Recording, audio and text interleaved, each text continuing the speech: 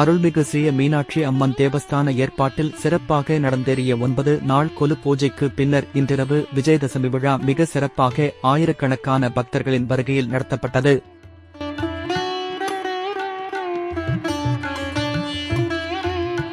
அருள்மிகு சரஸ்வதி தேவியின் உருவத்தை தத்ரூபமாக குருக்கள் மற்றும் நிர்வாகத்தினர் செய்திருந்தனர்.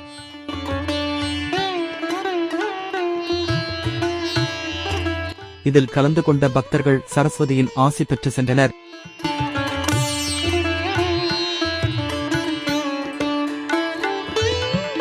இன்று நடைபெற்ற விழாவில் உபாயமளித்தோர் பக்தர்களுக்கு அன்னதானம் சிறந்த முறையில் செய்திருந்தனர்.